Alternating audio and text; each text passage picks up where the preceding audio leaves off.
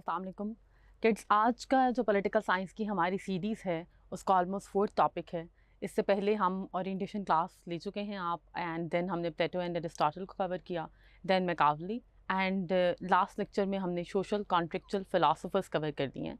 Now we are going to cover the most recent philosophers and the most influential philosophers of political science और in the history of political science. Definitely one is Hegel and the second one is Karl Marx. Hegel और call marks का relation और इनको हम इनके analysis के accordingly और इनकी पोजीशनिंग के अकॉर्डिंगली और इनके सर्कल के अकॉर्डिंगली हम इनको एक साथ कवर करेंगे। उसकी रीज़न मैं आपको बता दूं, हेगल का basically Hegel was a teacher of call marks, और कॉल मार्क्स अपनी जितनी भी फ़िलासफ़ीज़ हैं उसमें ये क्लेम करता है कि अगर अब हेगल ना होता या फिर हेगल से मैं इतनी चीज़ें नहीं सीखता तो डेफिनेटली मैं कभी भी इस तरह की अप्रोचेस और इस तरह के कम्युनिस्ट फ़िलासफ़ी और कम्युनिस्ट मैनिफेस्टोज़ जो हैं उनको नहीं लिख सकता था। सो दिस इज़ द थिंग जिसकी वजह से इन दोनों का बहुत क्लोजेस्ट रिलेशनशिप है और इनको हम कंपैरिजन में कवर करते हैं। सो हेगल और मार्क्स का टीचर स्टूडेंट रिलेशनशिप था, और इसके अलावा इनकी क्या इंपॉर्टेंस है वो भी देख लेते हैं। आप देखें कि बेसिकली जो पीरियड डार्क एजेस का एंड हो रहा है उसके बाद जो रेनेसांस पीरियड के मोस्ट इन्फ्लुएंशियल फ़िलासफ़र्स हैं जिन्होंने एब्सोल्यूट रियलिटीज़ की बात की है, जिन्होंने बेसिकली ये कम्युनिकेट करने की कोशिश की है कि आप एब्सोल्यूट रियलिटीज़ तक पहुंच कैसे सकते हैं, आपको किन किन मेथडोलॉजीज़ की ज़रूरत पड़ती है और आप किन किन मेथड्स को, किन किन सिस्टमैटिक अप्रोचेस को अडॉप्ट कर सकते हैं to know about the actual realities, to know about the nitty gritties of any idea. So this is the thing जिसकी वजह से हेगल एंड कॉल मार्क्स की इंपॉर्टेंस जो है वो बहुत ज़्यादा है। एक और बात बेटे मैं यहाँ पे आपको बताती चलूँ कि हेगल और कॉल मार्क्स की इंपॉर्टेंस इसलिए भी बहुत ज़्यादा है कि लास्ट सेंचुरी में अगर आप देखें तो हमारा कोल्ड वॉर सिनेरियो हमें मिलता है, यूएसए वर्सेस यूएसएसआर। यूएसए और यूएसएसआर की जो आपस में फाइट्स थी वो कभी एग्जिस्टेंस में नहीं आती अगर उनके आइडियोलॉजिकल कॉन्फ्लिक्ट्स ना होते।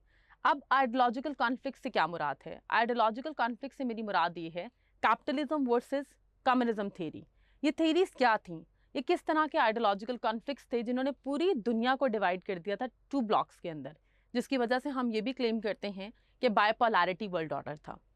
ये भी याद रखें कि ये चीज़ें मैं आपको साथ साथ क्यों एक्सप्लेन करती हूँ, क्योंकि अक्सर पॉलिटिकल साइंस के अंदर वो आपसे सर्कमस्टांसेस के ऊपर क्वेश्चन पूछ लेता है कि किस तरह के सर्कमस्टांसेस थे जिसकी वजह से फ़िलासफ़र्स ने इस तरह की थेरीज़ को, ऑब्वियसली इस तरह की फ़िलासफ़ीज़ को जो है वो अडॉप्ट भी किया और फिर उसके ऊपर लिखा भी, और वो बुक्स हम तक भी पहुंची। तो इसलिए आपको उनकी थेरीज को अलाइन करना आना चाहिए डिफरेंट सर्कमस्टांसेस के साथ और कॉन्टेम्प्रेरी टाइम्स के साथ भी।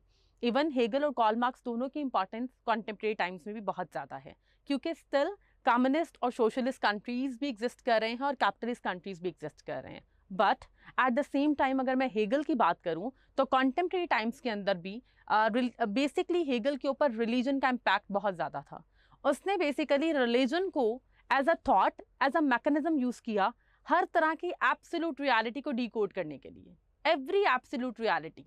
तो बेसिकली कॉन्टेम्प्रेरी टाइम्स में अगर मैं बात करूं तो बहुत से फिलोसोफर्स ये अप्रोच अभी भी अडॉप्ट करते हैं, क्योंकि फ़िलासफ़ी की मेटाफिजिकल डोमेन और पॉलिटिकल साइंस की भी religious connotation in a country वो अभी तक हम इस्तेमाल करते हैं। How is that possible? बेटे कॉन्स्टिट्यूशंस के अंदर अगर आप देखो तो आपको एक बात बहुत क्लैरिटी के साथ समझ आएगी कि रिलीजन्स की इम्प्लीकेशंस बहुत स्ट्रांग रही हैं। इवन तो पाकिस्तान तो हम कहते ही ये हैं कि हमने रिलीजन की बेसिस पे दिया था, और Islamic ideologies are actually a part of our constitution. अगर मैं यूके की बात करूं, द ग्रेट ब्रिटेन, और अब उसको यूनाइटेड किंगडम बोलते हैं, तो वहाँ पर पोप्स और प्राइस्ट के जो एक तरह की पोजिशनिंग है और उनके जो एक सिस्टमैटिक सर्कल है रिगार्डिंग गवर्नेंस, तो उसमें उन्होंने एक बहुत पिक्यूलियर इंपॉर्टेंस रखी हुई है अपने रिलीजन की भी और क्रिश्चियन एथिक्स की भी। तो this is the thing, Christianity ethics या क्रिश्चियन एथिक्स की भी बहुत इंपॉर्टेंस है टिल नाउ। अगर मैं यूएसए की बात करूं तो you will be shock to know about it.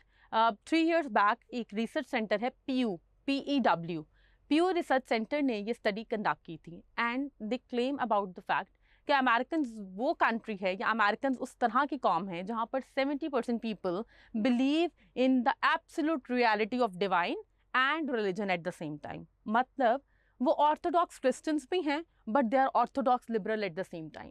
वो दोनों आइडियोलॉजीज को फॉलो करते हैं।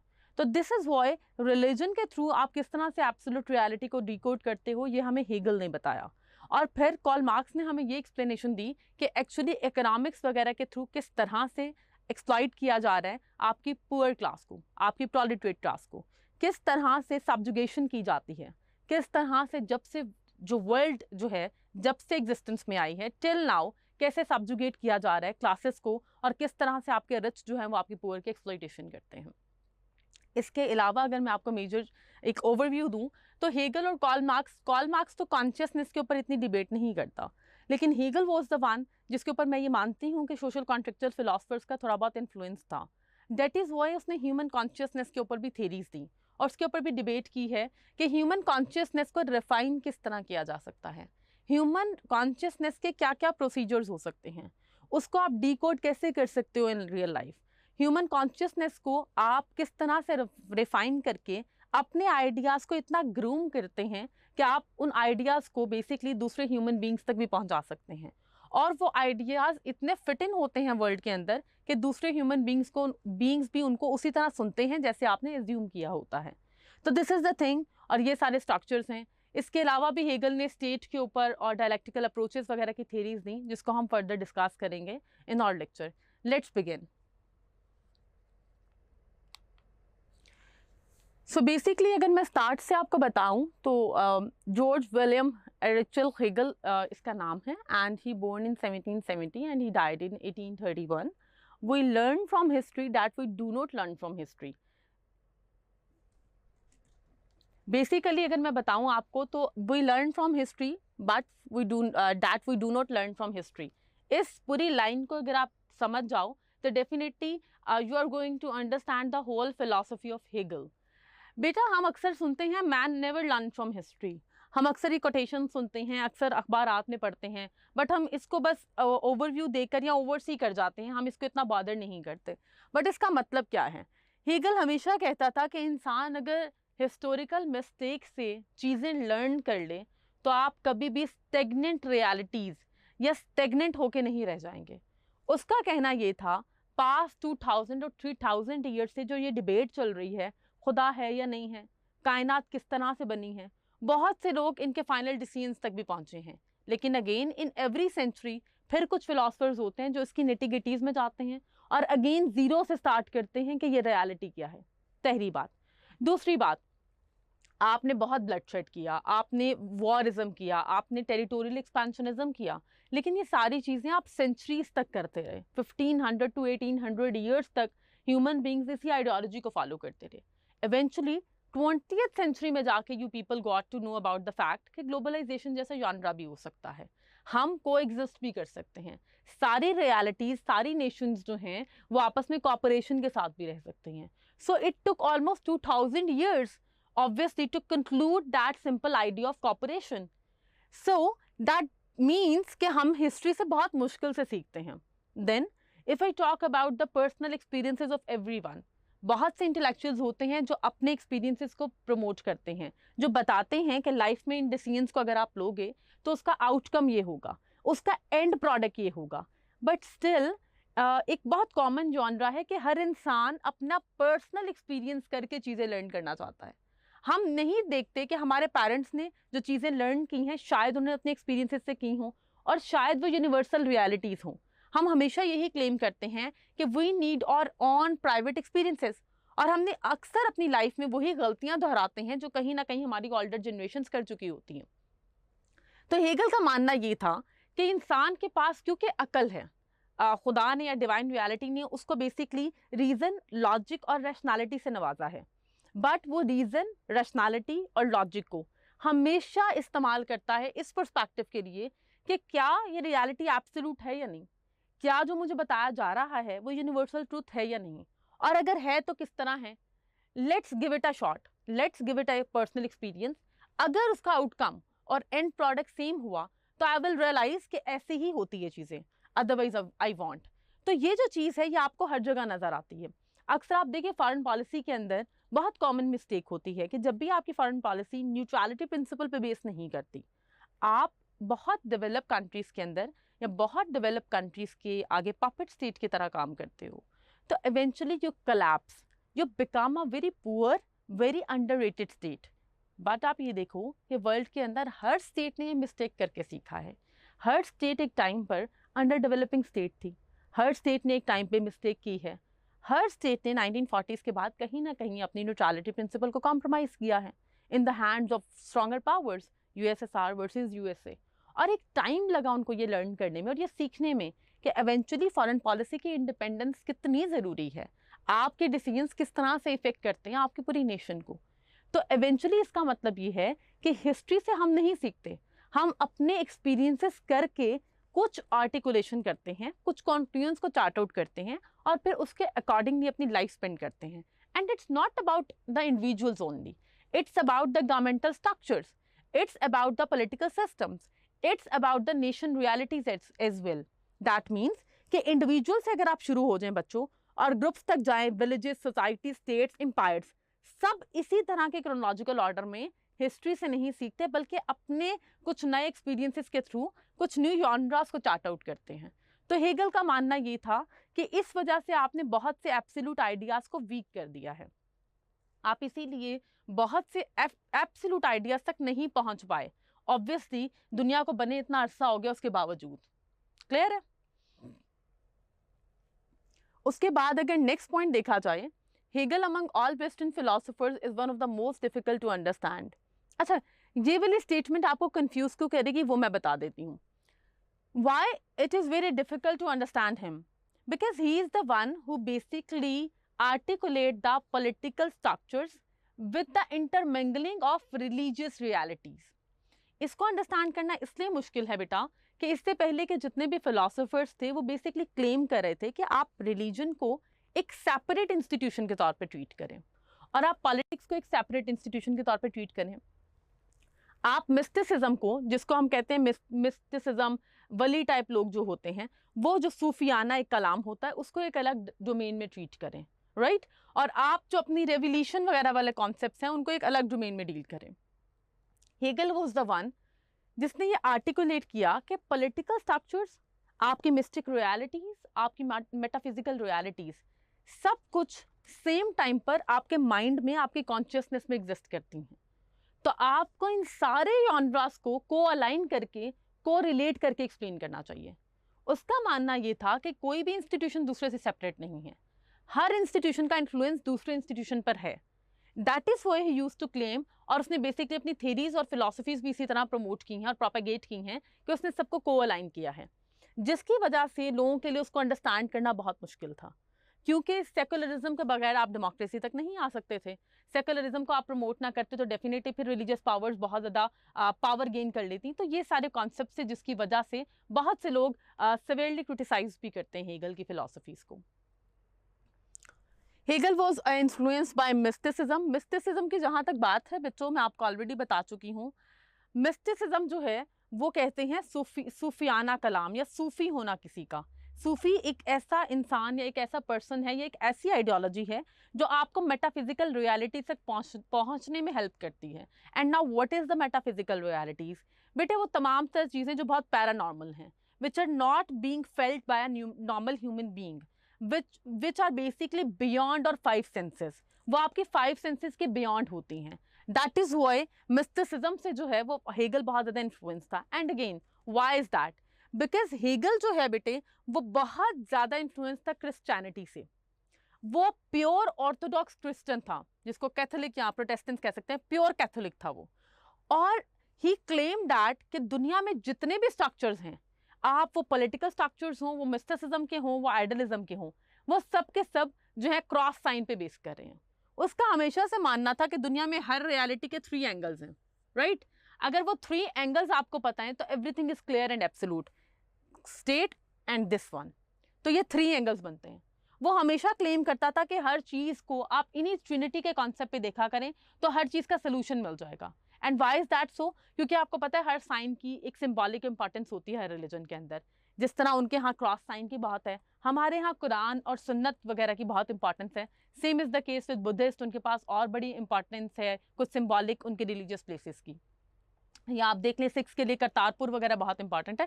तो हर चीज़ की एक सिंबॉलिक इंपॉर्टेंस होती है। तो उसका कहना ये था कि everything in this world revolve around these kind of corners. अगर आप हर कॉन्सेप्ट को ट्रिनिटी के आइडिया से देखो तो आप एब्सोल्यूट आंसर तक पहुंच सकते हो। वो क्यों उसने कहा, वो फर्दर हम उसकी जब डायलेक्टिकल अप्रोच डिस्कस करेंगे, you will get the idea. Then notable work में उसका एब्सोल्यूट आइडियलिज्म है. Now what does it mean? What does it mean by absolute idealism? Absolute idealistic philosopher इससे पहले प्लेटो रहा है. And why Plato and Hegel differentiate? Because इसका absolute idealism purely base कर रहा था रिलीजियस कॉनोटेशंस के ऊपर. प्लेटो का अगर हम देखें एब्सोल्यूट आइडियलिज्म, तो वो बात ये करता है कि बेसिकली आपके आइडियाज जो हैं वो बहुत इटर्नल होते हैं. वो ये भी कहता है कि आइडियाज इस तरह से इटर्नल होते हैं कि अगर एक इंसान पैदा भी हुआ है तो उसका आइडिया पहले कहीं बियॉन्ड दिस वर्ल्ड एग्जिस्ट कर रहा था. यहाँ वो सिर्फ बॉडी के अंदर एक कॉपी के फॉर्म में आ गया और वापस उसने उसी वर्ल्ड में जाना है. तो उसका जो एब्सोल्यूट आइडियलिज्म है वो आइडियाज को इटर्नल कहता था, वो फॉर्म और सब्सटेंस की बात करता था. बट अगर आप हेगल की बात करें तो वो एब्सोल्यूट आइडियलिज्म की बात सिर्फ और सिर्फ रिलीजियस कॉनोटेशंस में करता है, which is very difficult to understand again, क्योंकि वो एब्सोल्यूट आइडियलिज्म के अंदर हर कॉन्सेप्ट के अंदर रिलीजियस कॉनोटेशंस को और ट्रिनिटी थ्री, क्योंकि वो कहते हैं हज़रत ईसा मतलब खुदा और हज़रत मरियम, तो उनका ये ट्रिनिटी का कॉन्सेप्ट है. तो वो हर जगह इस कॉन्सेप्ट को कोरिलेट और को अलाइन करने की कोशिश करता था. दैट इज़ वो उसका एब्सोल्यूट आइडियलिज्म कहते हैं. लेकिन कॉन्टेम्प्रेरी टाइम्स में आपको अच्छे से आइडिया होना चाहिए कि रिलीजियस कॉनोटेशंस को हम यही कहते हैं कि सेकुलरिज्म की आइडियोलॉजी होनी चाहिए, रिलीजियस की सेपरेशन होनी चाहिए इवन फ्रॉम नॉलेज. तो दैट इज़ वो इसकी थेरी और इसकी फिलॉसफी को बहुत से फिलोसफर्स रेफ्यूट भी करते हैं. Now Hegel theory of state, theory of rights, historical materialism, theory of government and society, talked about spiritualism, essentials of modern state. So let's begin with the theory of state. Hegel clearly claimed that कि theory of state जो है वो basically इस तरह की होनी चाहिए कि उसमें आपकी पावर शेयरिंग मैकेनिज्म भी eight the same time exist कर रहा हो और पावर मैक्सिमाइजेशन भी. दैट मीन्स पावर शेयरिंग का मतलब है कि आपके तमाम तर इंस्टीट्यूशंस एक मोनार्क के हाथ में नहीं होने चाहिए. बिकॉज उसका कहना कहीं ये था कि जो डिवाइन रियलिटी है, जो गॉड है, वो सिर्फ एब्सोल्यूट पावर को एंजॉय कर सकता है because he is omni present जो हर जगह मौजूद हो. और डिवाइन गॉड की पावर इतनी ज़्यादा है या डिवाइन रियलिटी की कि वो एब्सोल्युटली और सोलली और इंडिविजुअली हर चीज़ को हैंडल और मैनेज कर सकता है. But when we talk about state, तो state basically normal people handle करते हैं, people who don't have absolute powers, people who don't have absolute ideas. तो इसके लिए बहुत ज़रूरी है कि आप अपनी पावर को शेयर करो विद अदर इंस्टीट्यूशंस और हर इंस्टीट्यूशन का एक्सपर्ट जो है वो उस चीज़ को हैंडल और मैनेज करे. इसके अलावा लेकिन वो ये कहता था पावर मैक्सिमाइजेशन भी होनी चाहिए. वो ये कहता था कि इन इंस्टीट्यूशंस के ऊपर आप एक हेड लगा दो, वही एब्सोल्यूट मोनार्क, जो इनके साथ पावर तो शेयर करे, लेकिन अगर किसी बिल को निगेट करना है, किसी एग्रीमेंट को निगेट करना है, तो ये पावर उसके हाथ में हो कि वो कर सकता हो. तो this was his ideology. Again theory of state के अंदर बेटे इसने 3 इंस्टीट्यूशंस में डिवाइड किया है: legislative authorities, executive authorities and royal authorities. Legislative authorities में बेसिकली इसकी वो अथॉरिटीज़ आती हैं जो लॉज और पॉलिसी मेकिंग करेंगे, like in contemporary times parliaments. और उस टाइम पे इसने यही कहा था, एक्सपर्ट्स जो हैं, जैसे लॉ के कुछ एक्सपर्ट्स हैं, लॉ एंड ऑर्डर सिचुएशन के कुछ एक्सपर्ट्स होते हैं, कुछ मिलिट्री के एक्सपर्ट्स होते हैं, कुछ आपके इकोनॉमी के एक्सपर्ट्स होते हैं. तो उन सब एक्सपर्ट्स को आप मिलाकर जो है वो एक लेजिस्लेशन बना दें जो हर इंस्टीट्यूट के लिए या हर ऑब्वियसली डिपार्टमेंट के लिए अपनी अपनी बेस्ट पॉलिसी जो है वो आर्टिकुलेट करेंगे. जो सेकेंड उसने अथॉरिटीज़ का नाम दिया वो था एग्जीक्यूटिव अथॉरिटीज़. एग्जीक्यूटिव अथॉरिटीज़ की पावर लेजिस्लेटिव अथॉरिटीज़ से ज़्यादा है. और एग्जीक्यूटिव अथॉरिटीज़ बेसिकली वो अथॉरिटीज़ हैं जिनको आसान लफ्ज़ों में आप कैबिनेट मिनिस्टर्स या एडवाइजर्स टू द मोनार्क कह सकते हो. ये वो अथॉरिटीज़ होंगी जो बेसिकली फाइनल सेइंग या फाइनल गो देंगी लेजिस्लेशन वालों को. और अलॉन्ग विद दैट ये भी देखेंगे कि स्टेट के एक्सटर्नल अफेयर्स के क्या क्या प्रॉब्लम्स हैं, जैसे फॉरेन पॉलिसी, टेरिटोरियल डिस्प्यूट्स, आपका obviously foreign threat from foreign invaders के कोई एक्सपैंड करके आप अपनी टेरिटरी को एक्सपैंड करने के चक्कर में टेरिटोरियल एक्सपेंशनिज्म के लिए जो है वो अटैक ना कर दे. तो बेसिकली ये आपकी एग्जीक्यूटिव अथॉरिटीज़ आती हैं. Then last but not the least royal authorities. Royal authorities के बारे में ही क्लेम दैट कि रॉयल अथॉरिटीज़ वो अथॉरिटीज़ होंगी जिसमें बेसिकली किंग खुद होगा, मोनार्क खुद उसका पार्ट होगा, और मोनार्क के साथ उसकी इमीडिएट फैमिली भी हो सकती है, उसके इमीडिएट लव वंस भी हो सकते हैं. क्योंकि जिस सेंचुरी की हम बात कर रहे हैं बेटे, उस सेंचुरी में जो रॉयल अथॉरिटीज़ होती थी उनमें एक बहुत कॉमन ट्रेंड था. कॉमन ट्रेंड ये था कि मोनार्क का जो लव वंस होते थे, अंकल्स, आंट्स, वो बहुत से डिपार्टमेंट्स को हैंडल करते थे ऑलरेडी, क्योंकि वो पैलेस का पार्ट होते थे, वो पैलेस में साथ ही होते थे। तो that is why absolute monarch या मोनार्क अथॉरिटी की जगह उसने रॉयल अथॉरिटीज़ का वर्ड जो यूज़ किया है। आपको यहाँ मैं एक और बात बताती चलूँ कि किंग के अलावा जो क्वीन होती थी उसकी पर्सनल पावर्स बहुत ज़्यादा होती थी। वो पैलेस के जितने भी अफेयर्स हैं उनको हैंडल करती थी, इवन आपके वुमेन रेलेवेंट इश्यूज़ को भी वो डील कर लेती थी। ये हर क्वीन के पास पावर रही है। Even in English, if we talk about European empires, if we talk about Britain empires, if I talk about France and Spain empires, तो हर जगह ये पावर्स रही हैं।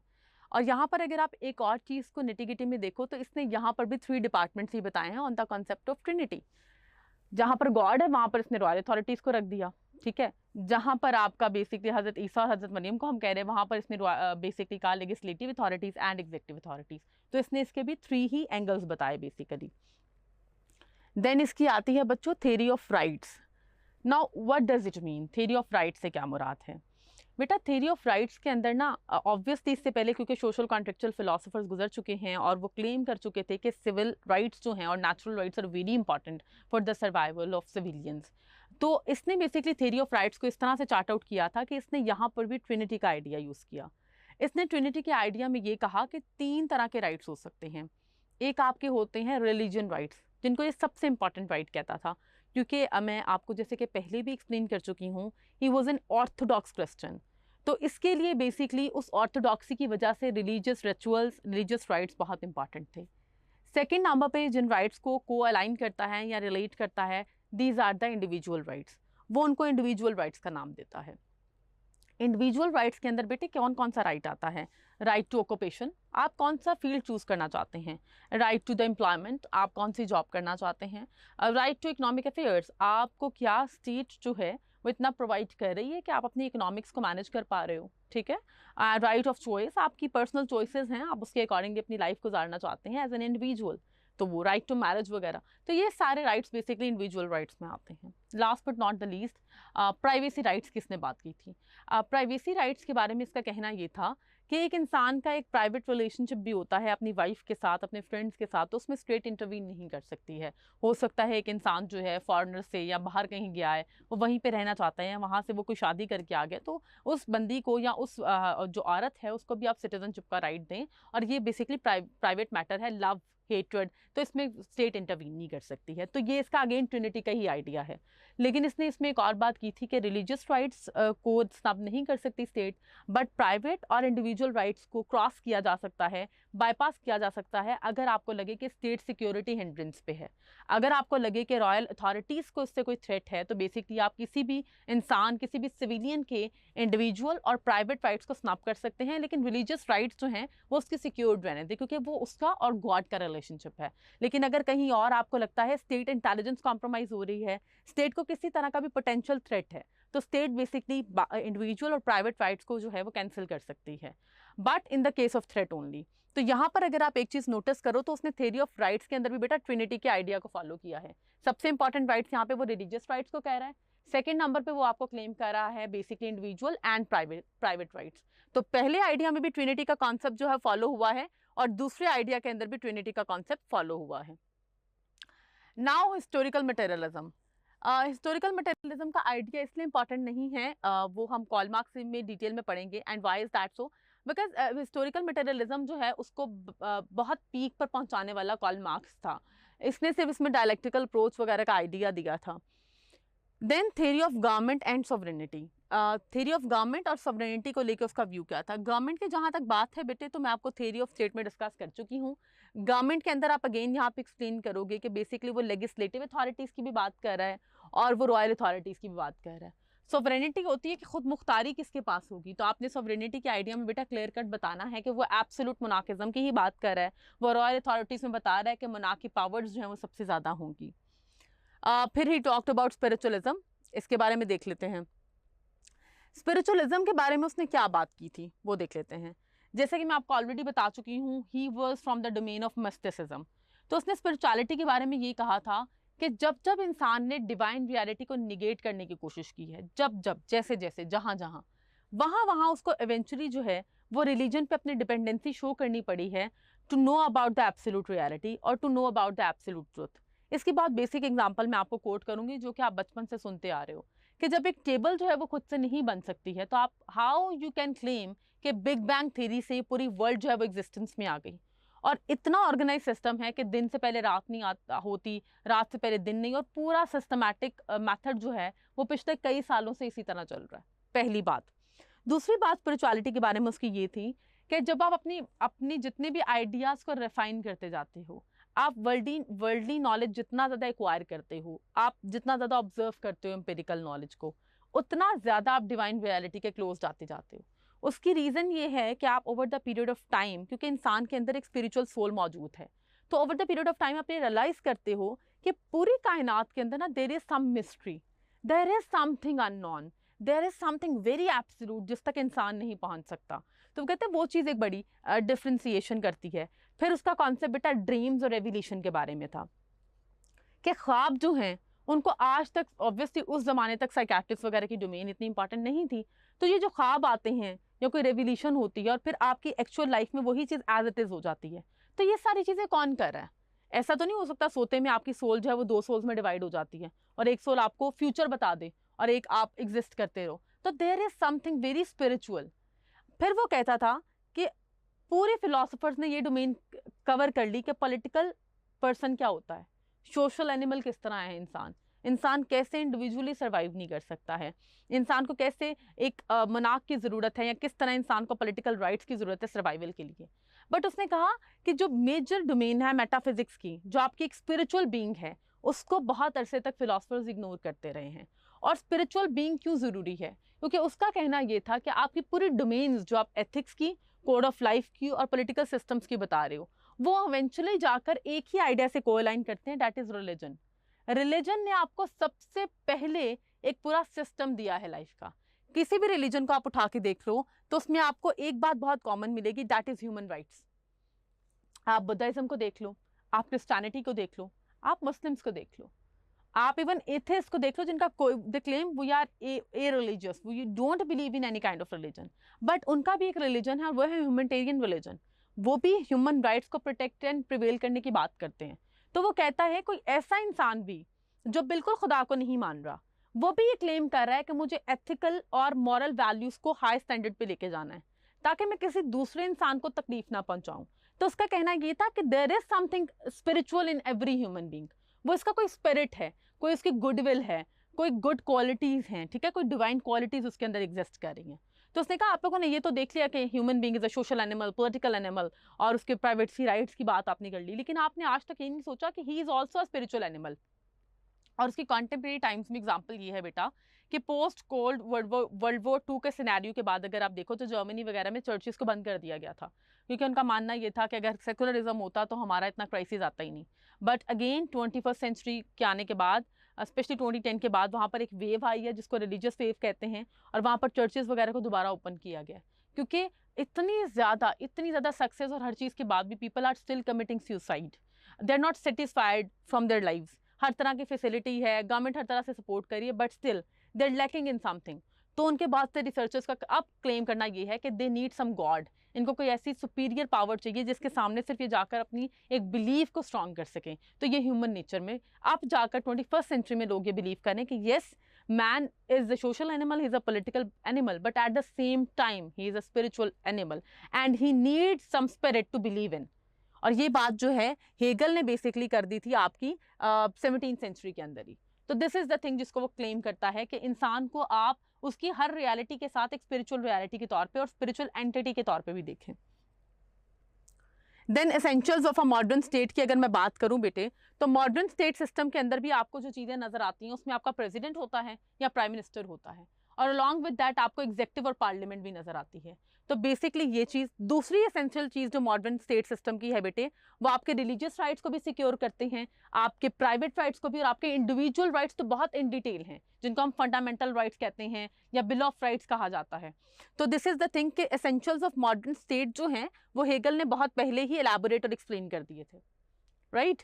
तो एसेंशियल ऑफ मॉडर्न स्टेट्स में आप ये लिख सकते हो। फिर हेगल फिनोमेनोलॉजी क्या थी?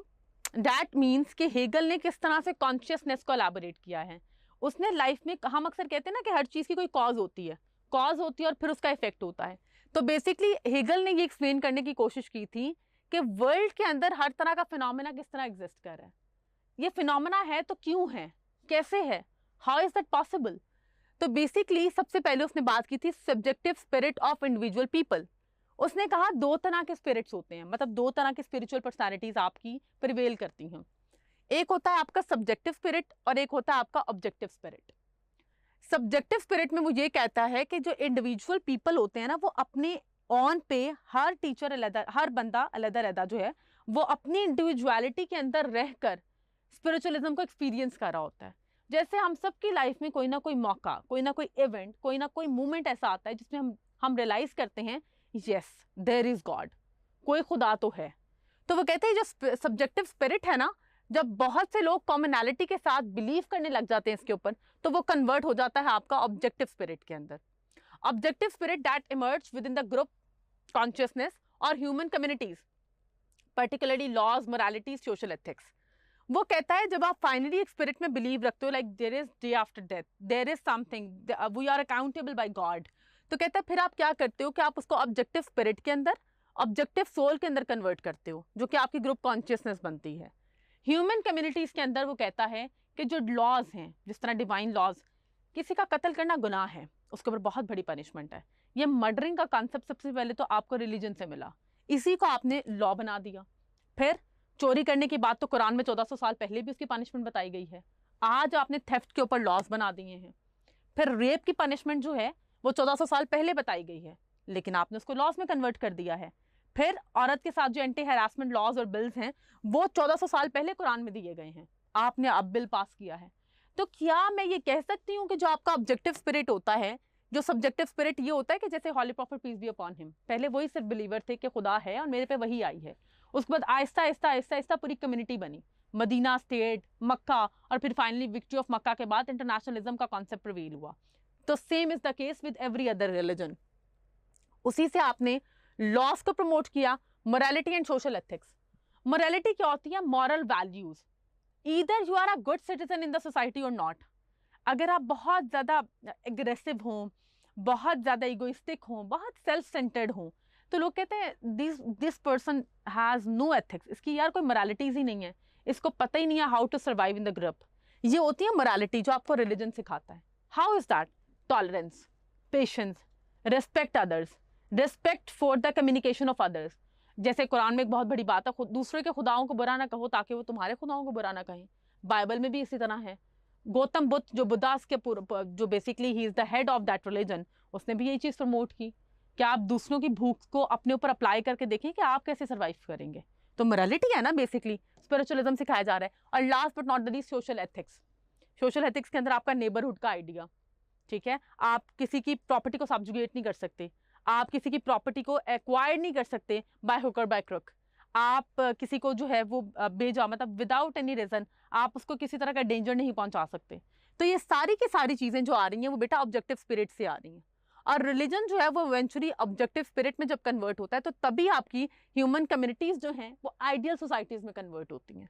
और जब वो आइडियल सोसाइटीज़ में कन्वर्ट होती हैं तो वो बेसिकली 3 चीज़ों पे बेस करके आइडियल सोसाइटी बनती हैं। एक आपके पर्टिकुलर लॉज होते हैं, फिर आपकी मोरालिटीज़ होती हैं, last but not the least आपकी सोशल एथिक्स, जिनके ऊपर आपकी सोसाइटी जो है वो सर्वाइव कर रही है। उसके बाद हम देख लेते हैं लेवल ऑफ कॉन्शियसनेस क्या क्या है, क्या क्या है। पहला जो लेवल ऑफ कॉन्शियसनेस है बेटा, वो कॉन्शियसनेस इन जनरल है। कॉन्शियसनेस इन जनरल से मुराद क्या होती है? इसमें बेसिकली हेगल जो है वो कुछ पॉइंट्स देता है, जैसे सेंसेस, नॉलेज बाय सेंसेस। आप अपनी 5 सेंसेस से जो चीज़ें महसूस करते हो, जो सूंघते हो, जो टेस्ट बर्ड्स के थ्रू फील करते हो, या आपकी कॉन्शियसनेस इन जनरल होती है। आपके जर्नल एक्सपीरियंसेस होते हैं, आते जाते कोई एक्सपीरियंस हो गया, तो ये कॉन्शियसनेस इन जनरल है। इसके बाद आप जब इन सारी चीज़ों को एक्सपीरियंस कर लेते हो और आप सेंसेस से ज़्यादा इर्द गिर्द के इवेंट्स के ऊपर बिलीव करते हो, तो सेल्फ कॉन्शियसनेस की तरफ जाते हो। सेल्फ अकाउंटेबिलिटी, क्या मेरा ये एक्ट सेटिस्फैक्ट्री था या नहीं, क्या मेरा ये किसी और के लिए डेंजरस तो नहीं था, क्या मेरे इस एक्ट से कोई और हर्ट तो नहीं हो गया, क्या मेरा ये एक्ट इस तरह का था कि मैंने इससे अपनी पर्सनालिटी को इम्प्रूव किया है या मैंने अपनी रैशनैलिटी को इम्प्रूव किया है। और वो उसके बाद कहता है कि सेल्फ कॉन्शियसनेस के बाद आप रीजन का कॉन्सेप्ट डेवलप करते हो। Reason is the high stage of human thinking. जिसमें आप हर चीज़ को लॉजिकली आर्गुमेंटेशन के साथ, डिवाइन रियलिटीज़ के साथ ऑब्जर्व करना शुरू कर देते हो, जिस तरह हम इस्लाम में कहते हैं गैब की आंख खुल जाना। तो दिस इज द थिंग। अब आप यहाँ पे देखो बेटे कि यहाँ पर भी इसने बेसिकली ट्रिनिटी के आइडिया को ही फॉलो किया है। यहाँ पर भी वन सब्जेक्टिव ऑब्जेक्टिव स्पिरिट से subjective spirit, then objective spirit, then laws, ideal societies, मतलब 3 उसने स्टेजेस बताई हैं। इसमें अगर आप लेवल ऑफ कॉन्शियसनेस में उसका ट्रिनिटी का आइडिया देखो तो पहला consciousness is general, self consciousness and then reason. ये भी बेसिकली ट्रिनिटी के आइडिया पे बेस कर रहा है। Let's move forward. उसके बाद सबसे इंपॉर्टेंट थ्योरी हेगल की, जिस थ्योरी को बेसिकली कार्ल मार्क्स ने फॉलो किया और जिसके बारे में कार्ल मार्क्स का क्लेम ये था कि अगर हेगल की ये थ्योरी एग्जिस्ट ना करती तो डेफिनेटली मैं भी एक फिलोसफर के तौर पे एग्जिस्ट ना करता। ये थ्योरी जो है बेटा वो हेगेलियन डायलेक्टिकल अप्रोच और हेगल डायलेक्टिकल मॉडल है। डायलेक्टिकल से आपको एक तो चीज क्लियर हो जानी चाहिए कि ड्युअलिटी की बात कर रहा है, ठीक है। और अगेन डायलेक्टिकल मॉडल के अंदर भी इसने ट्रिनिटी के आइडिया को फॉलो किया है।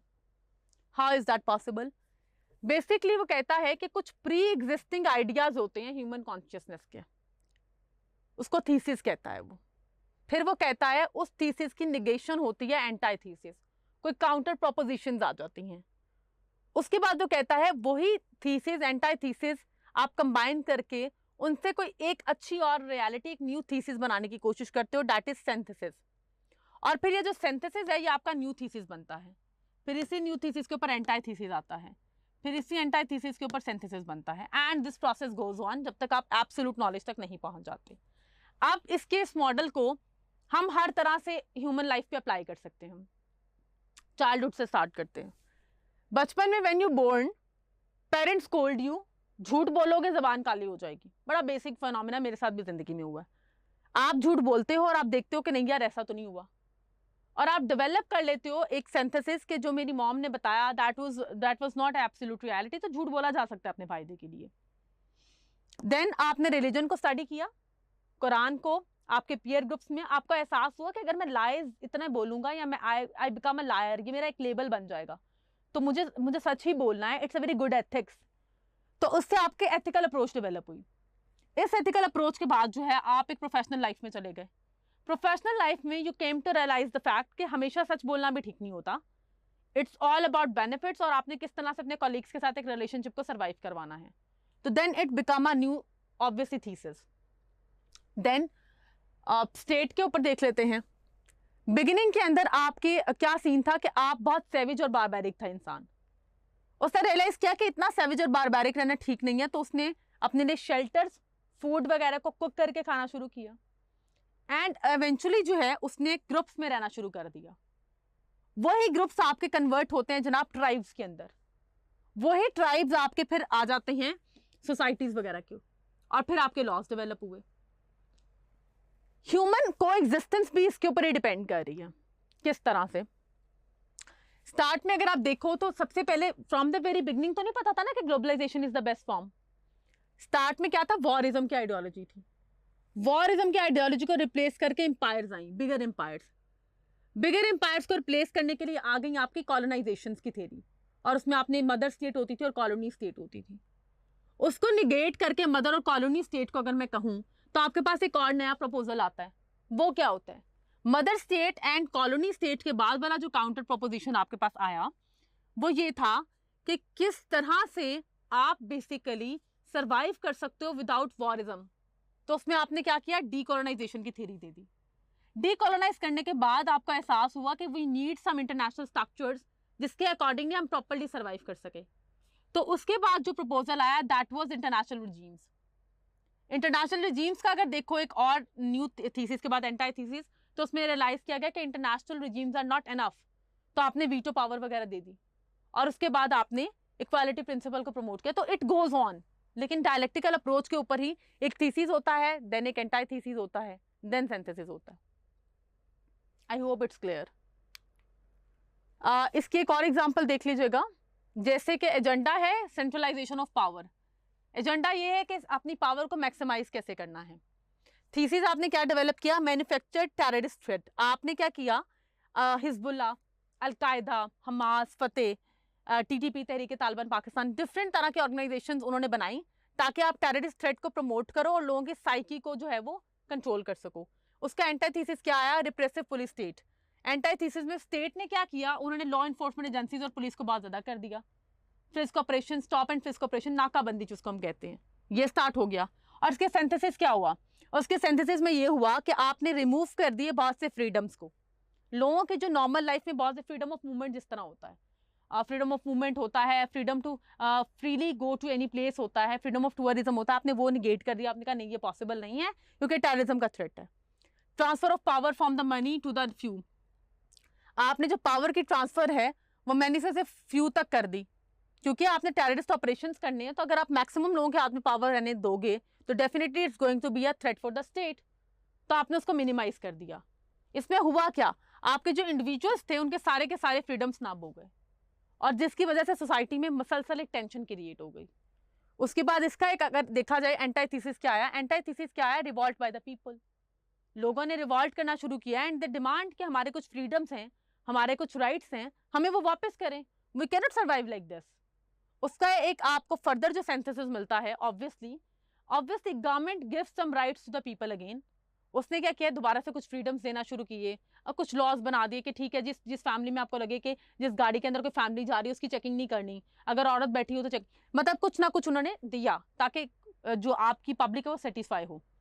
उसका एक एंटाथीसिस, उसकी जो फर्दर सिंथेसिस डेवलप हुआ वो क्या अप्रोच हुई कि टेररिस्ट ने भी फीमेल्स को इस्तेमाल करना शुरू कर दिया, जो कि पाकिस्तान में 2 से 3 दफा हुआ है। तो ये जो प्रोसेस है ये इवेंचुअली चलता जाता है, खत्म नहीं होता। उसके बाद जो कॉन्सेप्ट है उसका बेटा वो ये है कि ये कहते हैं 3 मूवमेंट्स हैं ह्यूमन लाइफ की, हर ट्रुथ को लेके, हर आइडियोलॉजी को लेके और हर कॉन्सेप्ट को लेके। पहली जो वो आइडियोलॉजी बताता है वो कहता है फर्स्ट मूवमेंट थीसिस। ये एक पोजीशन होती है और ये फर्स्ट पोजीशन होती है, इसमें आपने यस ही कहना होता है। जैसे व्हेन यू बोर्न और आपको बताया जाता है आप एक इस्लामिक फैमिली में पैदा हुए हैं, आपने खुदा को एक मानना है, तो आप उसके ऊपर कोई सवाल नहीं उठाते। There is always yes. माँ बाप जो भी कहते हैं इट्स एन एब्सोल्यूट ट्रुथ। उसके ऊपर आप क्रिटिसाइज नहीं करते हो, उसके ऊपर आप ये नहीं कहते हो कि नहीं जी ये ट्रुथ नहीं है। सेकेंड मूवमेंट होती है एंटाथीसिस।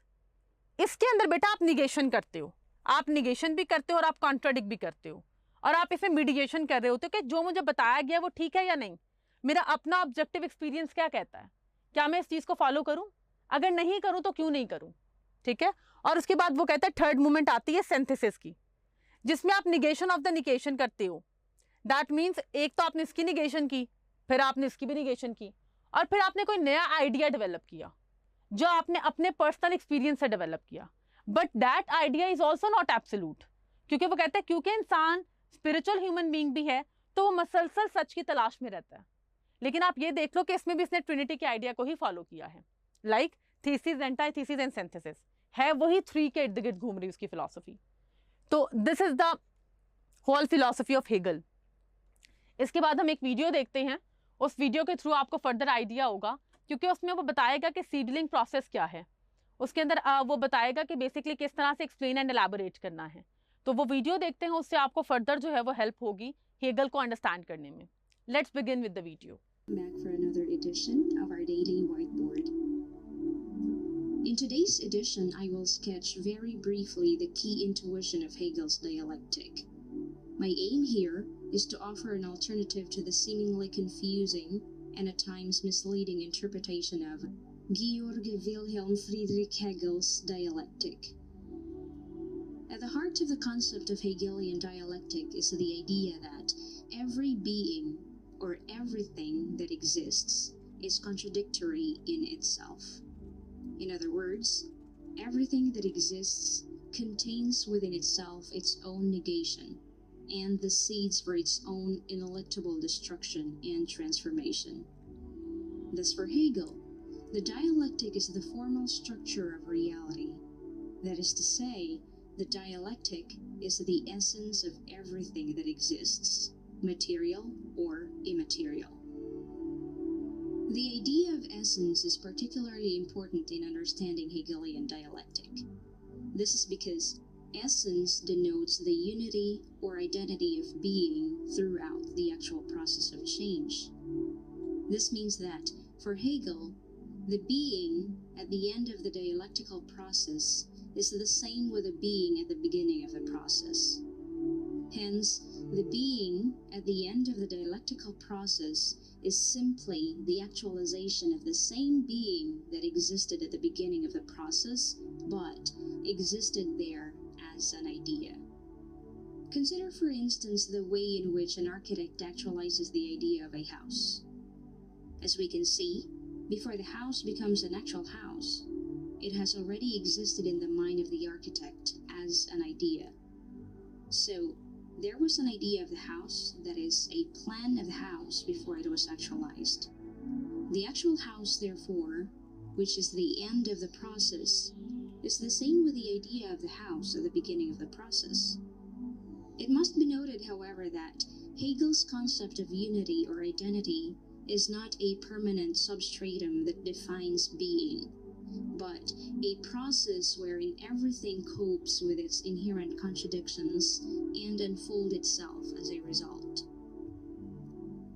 For this reason, the idea of essence in Hegelian dialectic should not be viewed from the vantage point of essentialism. Of course, there is no such thing as essence in Hegel that defines being as such. For example, because for Hegel everything is in the constant process of change, we cannot therefore talk of the essence of man. There is no such thing as human nature for Hegel. The concept of unity and identity, therefore, is nothing but the negation of every being. Thus again, Hegel's concept of essence specifically refers to that constant process of change, of constant negation, and not of that which makes a thing truly a thing. The notion of negativity, which is internal to all beings, does not only involve mere contradiction. Negativity, as the essential character of every being, implies that being is always in the process of becoming. That is to say, the process of developing all relations to what being is not. And it is in this process that being actualizes its potentialities by turning itself into its opposite, that is, by negating itself. According to Hegel, in the act of negating itself, being perishes, but at the same time develops its true potentialities by moving into a higher stage. This movement is what Hegel famously calls Aufhebung, or sublation, that is, the perishing of the old and the birth of the new, where the new, however, is just the actualization of the potentialities inherent in the old. As Marcuse writes, a given form of existence cannot unfold its content without perishing. The new must be the actual negation of the old and not a mere correction or revision. To be sure, the new must somehow have existed in the lap of the old, but existed there only as potentiality, and its material realization was excluded by the prevailing form of being. The process of becoming explains what Hegel calls the transition from mere potentiality to actuality. As Marcuse writes, when something turns into its opposite, Hegel says, when it contradicts itself, it expresses its essence. For Marcuse, this is the moment of being's self-realization. Being becomes actual. Indeed, this is the moment when being and non-being unite. That is to say, when contradiction is resolved and gives way to another higher form of determinate being. It is important to note at this point that Hegel never used the triadic moment of being in his writing, namely being, non-being, and becoming, or thesis, antithesis, and synthesis. Of course, the unfolding of being involves these three moments, but they happened all at once in the same being. Thus, the contradiction does not come from the outside. Negativity is internal to being, according to Hegel. The idea of Aufhebung, or sublation, that is the realization of what being is not, is also internal to being. Hence, Hegel said that being's ineluctable self-destruction, or non-being according to the English translation, and its eventual transformation or becoming is internal to being itself. Let's take, for instance, the transformation of the seed into a seedling. If the seed or being is not yet ready to self-destruct and transform itself into a seedling, it remains a seed. The sunshine, the soil, the water, and other factors necessary for the transformation of the seed into a seedling are useless if the seed, again, is not yet ready for self-destruction and transformation. Hence, the contradiction of the seed is internal to the seed itself. Indeed, it is the seed that contradicts itself. The sunshine, the soil, the water, etc. do not pose themselves as contradiction or non-being of the seed. They are simply factors that could help the seed in contradicting and eventually transforming itself into a seedling. Hence again, the contradiction or non-being and the eventual transformation of the seed into a seedling or becoming happened all at once in the same being, that is, the seed. In the famous idea of the self-destruction of the capitalist society, the contradiction or non-being of the capitalist society is internal to the capitalist society itself. The proletarians that rebel against the capitalist society do not pose themselves as contradiction or non-being. The proletarians are simply agents of social transformation whose role is simply to arrest the situation. That is, take advantage of the situation when the capitalism, through its internal contradictions, is ready to self-destruct. For sure, a million ants cannot topple down a strong and healthy snake. Only when the snake is weak and dying, which is the snake's contradiction of itself, can the ants take advantage of the situation and eat the snake. Alright, that's it for today. Keep looking forward to our series of daily whiteboard editions as we try to make the learning and understanding of philosophy incredibly easy.